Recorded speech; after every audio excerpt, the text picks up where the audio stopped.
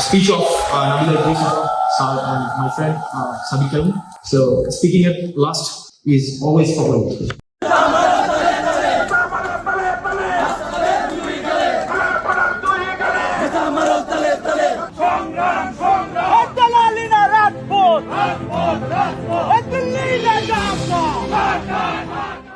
অক্সফোর্ডের ঐতিহাসিক মঞ্চে দাঁড়িয়ে যখন হাসনাত আবদুল্লাহ এবং সাদিক কায়েম ফ্যাসিবাদের পতনের বীরত্বগাথা শোনাচ্ছিলেন, ঠিক তখনই লন্ডনের ব্যস্ত রাজপথে দিনের আলোতেই আঁকা হচ্ছিল এক ভয়ঙ্কর প্রতিশোধের ব্লুপ্রিন্ট। অক্সফোর্ড ইউনিয়নের বাইরে চরম অপদস্থ হয়ে ফিরে যাওয়া পতিত স্বৈরাচারের দোসররা যে এত দ্রুত এবং এমন প্রকাশ্যে মরণ কামড় দেবে তা হয়তো কেউই আঁচ করতে পারেনি। হাসনাত আবদুল্লার সেই দুঃসাহসিক অবজ্ঞার জবাব দিতেই যেন বারুদে আগুন লেগেছিল। আর সেই আগুনের বিস্ফোরণ ঘটল অক্সফোর্ড থেকে লন্ডনে ফেরার পর একেবারে দিনের বেলায়, সবার চোখের সামনে। সুপ্রিয় দর্শক, কী ঘটেছিল যুক্তরাজ্যের সেই রুদ্ধশ্বাস দিনে? কড়া নিরাপত্তার ঘেরাটোপ ভেদ করে কিভাবে হাসনাত আবদুল্লার ওপর ওই চরম আঘাত হানল ক্ষুব্ধ আওয়ামী লীগের কর্মীরা? এটি কি নিছকই কোনো আকস্মিক ঘটনা, নাকি এর পেছনে লুকিয়ে আছে সুদূর প্রসারী কোনো মাস্টার প্ল্যান? চলুন আন্তর্জাতিক রাজনীতির এই গভীর রহস্য এবং রোমহর্ষক ঘটনা প্রবাহের প্রতিটি পরত একদম ওপেন সোর্স ইন্টেলিজেন্সের সাহায্যে বিশ্লেষণ করে দেখা যাক। সময়টা ছিল ভরদুপুর।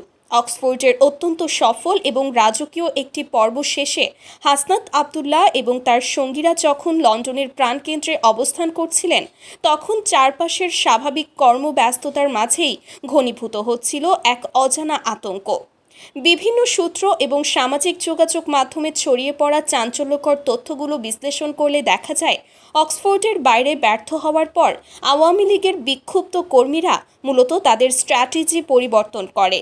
তারা বুঝতে পেরেছিল প্রবাসীদের বিশাল শোডাউনের সামনে অক্সফোর্ডে দাঁড়িয়ে সুবিধা করা সম্ভব নয়। রাতের আধারে বা কড়া নিরাপত্তার মধ্যে হামলা করাটাও যুক্তরাজ্যের মতো দেশে অত্যন্ত ঝুঁকিপূর্ণ। তাই তারা অত্যন্ত সুকৌশলে হাসনাত আবদুল্লার গতিবিধি নজরদারিতে রাখে এবং দিনের বেলাতেই সাধারণ মানুষের ভিড়ের মধ্যে তাকে অপ্রস্তুত অবস্থায় পাকড়াও করার এক দুঃসাহসিক ছক কষে। আধুনিক গোয়েন্দা বিশ্লেষণ বা ওপেন সোর্স ডেটা ঘাটলে একটি বিষয় অত্যন্ত পরিষ্কার হয়ে ওঠে। হাসনাত আবদুল্লার টিমের ডিজিটাল ফুটপ্রিন্ট এবং সোশ্যাল মিডিয়ার চেক ইনগুলোকে খুব নিখুঁতভাবে ট্র্যাক করা হচ্ছিল। লন্ডনের একটি অত্যন্ত ব্যস্ত এবং পরিচিত রাস্তার মোড়ে, যেখানে প্রবাসী বাংলাদেশিদের আনাগোনা সবচেয়ে বেশি, সেখানেই পাতা হয়েছিল এই ফাঁদ। হাসনাত আবদুল্লার গাড়িটি যখন সেই নির্দিষ্ট পয়েন্টে এসে পৌঁছায় এবং তিনি গাড়ি থেকে নামেন, ঠিক তখনই ঘটে সেই অভাবনীয় ঘটনা। চারপাশ থেকে আগে থেকে ওত পেতে থাকা ক্ষুব্ধ কর্মীরা আচমকা তাকে ঘিরে ফেলে। প্রত্যক্ষদর্শীদের বিবরণ অনুযায়ী মুহূর্তের মধ্যেই পরিস্থিতি সম্পূর্ণ নিয়ন্ত্রণের বাইরে চলে যায়। দীর্ঘ 15 বছরের একচ্ছত্র ক্ষমতা হারানোর বেদনা এবং অক্সফোর্ডের সেই প্রকাশ্য অপমান, এই দুইয়ে মিলে আওয়ামী লীগ কর্মীদের ক্ষোভ তখন চরমে। প্রকাশ্য দিবালোকে শত শত মানুষের সামনে হাসনাত আবদুল্লাহকে হেনস্থা করার চেষ্টা এবং এরপর শুরু হয় চরম হট্টগোল ও শারীরিক সংঘাত। বলা হচ্ছে ক্ষুব্ধ জনতার সেই রোষানলের মুখে রীতিমতো কোণঠাসা হয়ে পড়েন এই তরুণ নেতা। যারা দীর্ঘ সময় ধরে দেশে ভয়ের রাজত্ব কায়েম করেছিল, তারা বিদেশের মাটিতেও নিজেদের সেই পুরনো পেশি শক্তির জঘন্যতম রূপটিই যেন আরেকবার প্রদর্শন করল। দিনের আলোতে সবার সামনে এই অতর্কিত হামলা এবং চরম ধোলাইয়ের দৃশ্যটি প্রমাণ করে যে ক্ষমতাচ্যুত হলেও তাদের আক্রোশের আগুন এখনও বিন্দুমাত্র নিভে যায়নি। পলিটিক্যাল সাইকোলজি বা রাজনৈতিক মনস্তত্ত্ব নিয়ে যারা কাজ করেন, তারা এই ঘটনাটিকে ফ্যাসিবাদের সার্ভাইভাল ইনস্টিংক্ট বা টিকে থাকার শেষ মরিয়া চেষ্টা হিসেবে দেখছেন। তারা প্রমাণ করতে চাইছে যে দেশের ভেতরে তারা কোণঠাসা হলেও বিদেশের মাটিতে তাদের পেশিশক্তি এখনও অটুট। প্রকাশ্য দিবালোকে এই হামলা মূলত একটি মনস্তাত্ত্বিক বার্তা, যাতে আগামী দিনে আর কোনো তরুণ নেতা আন্তর্জাতিক মঞ্চে ফ্যাসিবাদের বিরুদ্ধে কথা বলার সাহস না পায়। কিন্তু দর্শক, এখানে একটি বিরাট গোয়েন্দা ব্যর্থতা বা ইন্টেলিজেন্স ফেইলিওরের প্রশ্ন সামনে চলে আসে। যুক্তরাজ্যে যেখানে পদে পদে সিসিটিভি ক্যামেরা এবং মেট্রোপলিটন পুলিশের কড়া নিরাপত্তা ব্যবস্থা, সেখানে দিনের বেলায় এত বড় একটি সংঘবদ্ধ হামলার ঘটনা কিভাবে ঘটল?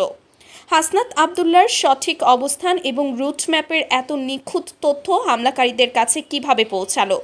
এর পেছনে কি কোনো ভেতরের মানুষের হাত বা ইনসাইডার থ্রেট কাজ করেছে? যে প্রবাসীরা অক্সফোর্ডে দুর্ভেদ্য ঢাল তৈরি করেছিল, লন্ডনের ব্যস্ত রাজপথে সেই নিরাপত্তা বলয় কেন হঠাৎ শিথিল হয়ে গেল, তা নিয়েও উঠছে বিস্তর প্রশ্ন। লন্ডনের বুকে এই নজিরবিহীন হামলার ঘটনাটি শুধু রাজনৈতিক বৃত্তেই সীমাবদ্ধ নেই, বরং এটি এখন একটি বড়সড় রাজনৈতিক কূটনৈতিক ইস্যুতে পরিণত হতে যাচ্ছে।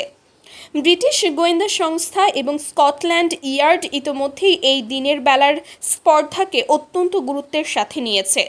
একটি স্বাধীন দেশের ছাত্র জনতার বিপ্লবের মাস্টার মাইন্ডদের ওপর যুক্তরাজ্যের মাটিতে এমন হামলা ব্রিটিশ সরকারের নিরাপত্তা ব্যবস্থাকে সরাসরি চ্যালেঞ্জ করার শামিল। আন্তর্জাতিক গণমাধ্যম এবং মানবাধিকার সংস্থাগুলোও এই ঘটনার তীব্র নিন্দা জানাচ্ছে। অনেকেই প্রশ্ন তুলছেন, পতিত স্বৈরাচারের যে হাজার হাজার কোটি কালো টাকা বিদেশে পাচার হয়েছিল, সেই টাকার জোরেই কি আজ বিদেশের মাটিতে ভাড়াটে সন্ত্রাসী দিয়ে এমন ভীতিকর পরিস্থিতি তৈরি করা হচ্ছে? অন্যদিকে এই ঘটনার পর যুক্তরাজ্য জুড়ে প্রবাসী বাংলাদেশিদের মধ্যে এক অভূতপূর্ব ঐক্যের সৃষ্টি হয়েছে। যে তরুণরা বুকের তাজা রক্ত দিয়ে দেশে ফ্যাসিবাদের পতন ঘটিয়েছে, তাদের গায়ে বিদেশের মাটিতে হাত তোলার দুঃসাহসকে প্রবাসীরা কোনোভাবেই মেনে নিচ্ছেন না। লন্ডন, ম্যানচেস্টার, বার্মিংহাম সহ বিভিন্ন শহরে ইতোমধ্যেই পতিত স্বৈরাচারের দোসরদের বয়কট এবং তাদের দেশে ফেরত পাঠানোর দাবিতে জোরালো আন্দোলন দানা বাঁধতে শুরু করেছে।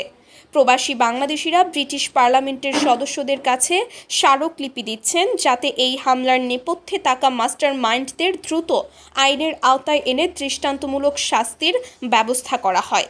বিশ্লেষকদের মতে এই একটি হামলা পতিত ফ্যাসিস্টদের জন্য চরম বুমেরাং হয়ে দাঁড়িয়েছে। তারা চেয়েছিল হাসনাত আবদুল্লাহকে ভয় দেখিয়ে চুপ করিয়ে দিতে, কিন্তু এর ফলে উল্টো পুরো বিশ্বের প্রবাসী বাংলাদেশিরা এখন তাদের বিরুদ্ধে আগের চেয়ে হাজার গুণ বেশি সোচ্চার হয়ে উঠেছে। লন্ডনের রাজপথের এই অনাকাঙ্ক্ষিত ঘটনাটি কেবল একটি হাতাহাতি নয়, এটি বাংলাদেশের ভবিষ্যৎ রাজনীতির জন্য এক অশনি সংকেত। এটি স্পষ্ট করে দিচ্ছে যে বিদেশে অবস্থানরত পতিত স্বৈরাচারের দোসররা এখন যে কোনো মূল্যে বিপ্লবের কারিগরদের আঘাত করার মিশনে নেমেছে।